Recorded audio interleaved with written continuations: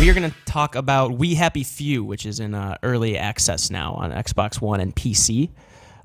Don't know a ton about this game, really, despite the fact that we've seen kind of a lot of gameplay now, which is weird. Turns out a lot of us didn't know a lot about this. Yeah, so Jay, we brought you in because you were on the stream with Jean-Luc this morning, right? Yeah, so I've actually been playing a lot of it this weekend, and it is definitely not what I think people were expecting. I'm sure if you were like following this close enough, you probably would have known that there were roguelike aspects to this game. But as someone, or as people just kind of saw it at E3, people are probably going to be surprised because it's not, at least not yet, it's not story heavy.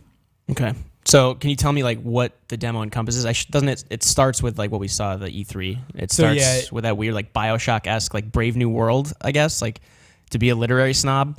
The kind of Aldous Huxley, like they take the drug called Joy. Here we go again. Or like Equilibrium, which is less, that's like more of like a dude bro action movie with Christian Bale stops taking the drug. He's a Graviton cleric. I know you know. I know Equilibrium. So you know the movie. Yeah, no, it's just the same conceit, right? It's like a dystopia where like emotions are banned. Or no, in this case, it's the same thing as like yeah. So everyone needs to be happy. Yeah. And you have to take a pill every so often. They didn't go into specifics how often you need to take it, but every time you take it, then things look brighter and happier, and you see rainbows and things like that. But in the intro, which is kind of interesting, you can decide to take the pill or not to take the pill. If you take the pill, the game ends. If you don't take the pill, then it goes to that intro that they showed at E3, which is really cool. It really sets the mood for the game. It seems very story driven at that point, but once you get out of that, you're kind of just dropped in a randomly generated world, and you're kind of left to survive. There are missions to follow, there are quests to do, but there isn't much of a story yet. There's supposed to be 3 different characters and 3 different stories eventually. Oh, interesting. Because yeah, like what it immediately strikes me as a survival kind of like roguelite game. What's going on here? Watching Crazy Legs get his butt kicked. Well, that's what I did. I think it was like PAX Prime last year when I first played this, like an Xbox showcase. And I remember playing, and just like these 6 people chased me into a house, and I was beating them away with clubs for about 10 minutes because that's all I had. And then I started punching them, and I think I died. So that happens. Yeah? Did that die up? Did that happen a lot on the stream? No, I died once on the stream, but it was... Can you go more into detail about the survival elements? Like is there like thirst or anything? Is it like deep, or is it kind of just cursory? It's not super deep. You have to drink water, you have to eat food, and you have to sleep. Those are the 3 things. And then you can get sick. You can get the plague. Actually, in like, you can also get sick too. So not just in the plague. If you eat like rotten food, you're gonna get sick. Okay. One of the ways I died actually was that I got sick. I started puking, and I puked up anything I ate, anything I drank, until I starved, and I starved to death, and I like thirst to death. What is that? You die of thirst? Die of thirst. There we go. You drank too much water? Is that what thirst to death is? Yeah. That's like water poisoning. H2O. Pretty much. Yeah. What's the joke? Guy walks into a bar, says, I'll have an H2O. Second guy walks in, I'll have an H2O too. Second guy dies. What is it? Hydrogen peroxide? It's a chemist joke. I hang out with a lot of chemists. You do. Yeah.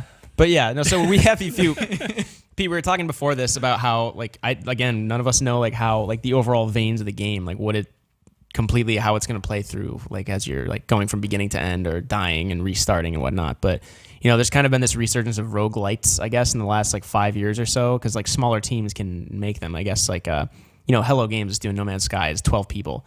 Or they made No Man's Sky. It's 12 people, and they're kind of, there's algorithms that allow them to make bigger games without like certain assets and whatnot.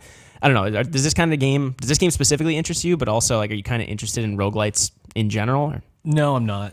All right.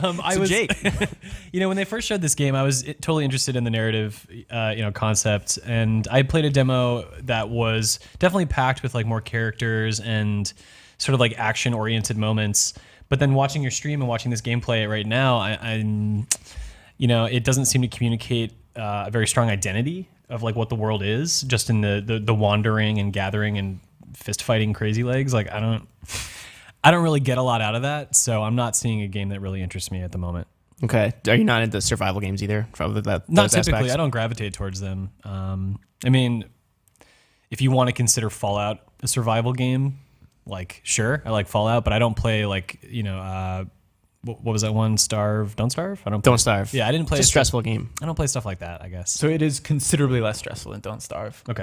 And like you, I'm actually not that interested in these kind of games either. But I did kind of stick with it. It took a while. But it's actually like, I think it does have an identity. I think they're still kind of trying to figure some of the details out, maybe. Yeah.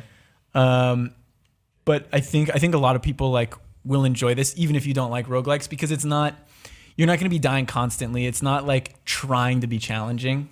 And in a sense, it's more about that exploration. And like your goal is to escape, basically. Yeah. At least from this. So like each area you get to, there's new things that kind of help you put you towards that goal to get to Joytown, I think is what it's called, Wellington. Anyway, but it's where everyone's really happy. And if you don't look happy, the cops will beat the crap out of you. It's not so much that I don't like the inherent stress of survival. It's how you can attach yourself to that world and whether it's fun to play or not.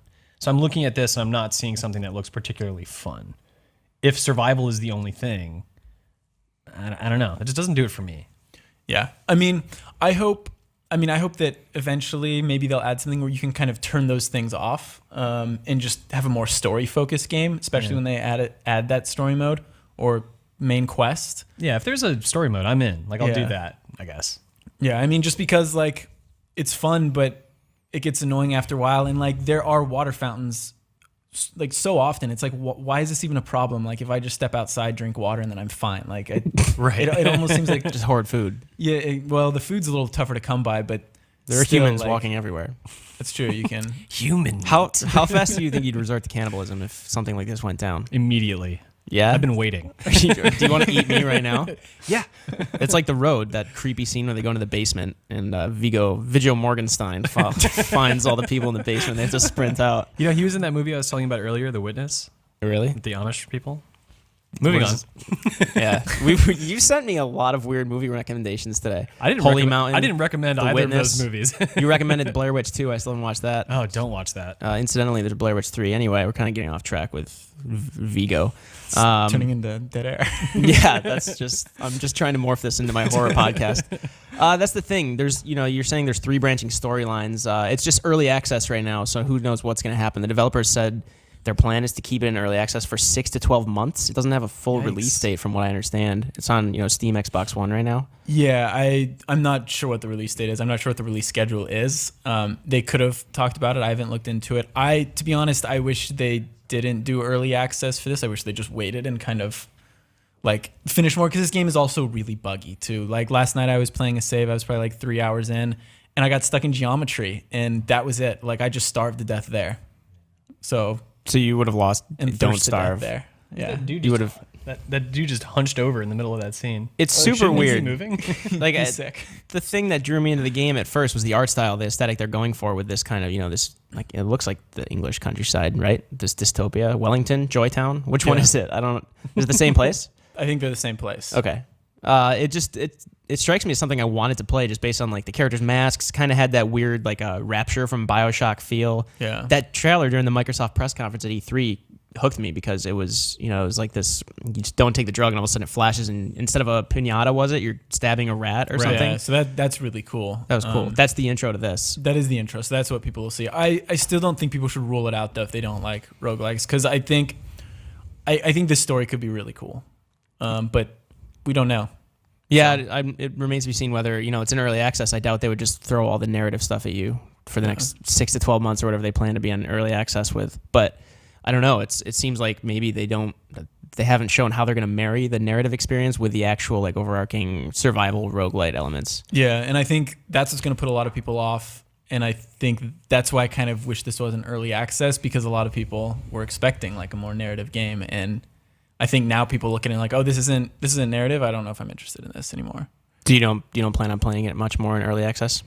I'll play it again, I think, when there's more story to it. Because what I have played, I've enjoyed. I like most of my problems with it. Like once I get used to that world, they're just like little things. Like glitches, like getting stuck in geometry. That sucks. But then like the map, you have to pull up your map like every couple seconds, and they have a compass. You can probably see it in.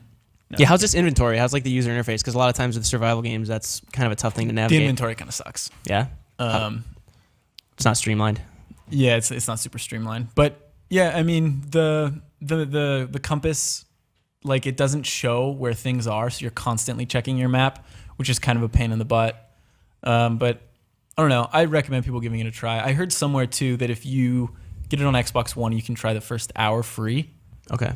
So if you're on the fence, maybe give it a shot. Yeah, there's a stigma attached to early access, I feel like, because so many times people like are worried that they're not going to deliver on the promise, right? Like some games get in early access and stay there for what, like 2 years, isn't it? Kind of like I forget the percentage of games that go into early access and never make it out. It's staggering, and I'm hoping like this game intrigued me, especially after the Microsoft press conference with that kind of like, you know, Brave New World stuff was really interesting to me, and I do want it for the narrative, but I as opposed to you guys, I really like survival, like roguelike games. I love Don't Starve. It's stressful as hell. You'd probably like this then. I think I'll try it out. Like I mean to. I need to figure out when I'm going to find time. Because those are games you kind of want to really dig into. But I don't know. We'll check it out definitely for sure. But thanks for sharing your experience with the stream. And yeah, doesn't sound like you're jumping back in, but I'll try it out. I'll check out We Have a Few. The title itself is really good. It's like part of a sentence, like The Last of Us. It's just ominous. it's part of a sentence. Yeah. No, it's not like it's like a We Happy Few. Like, what are they talking about? What are they talking about? Yeah, The Last of Us is this weird sentence fragment. All right, anyway, that's that. So We Happy Few early access on Xbox One, PC. No idea when it's going to be fully out. Sometime the next year, maybe next year. Maybe next never, year because it's early access. Maybe never. But yeah, so go try it out. You can download it there and come back to GameSpot for more coverage on that.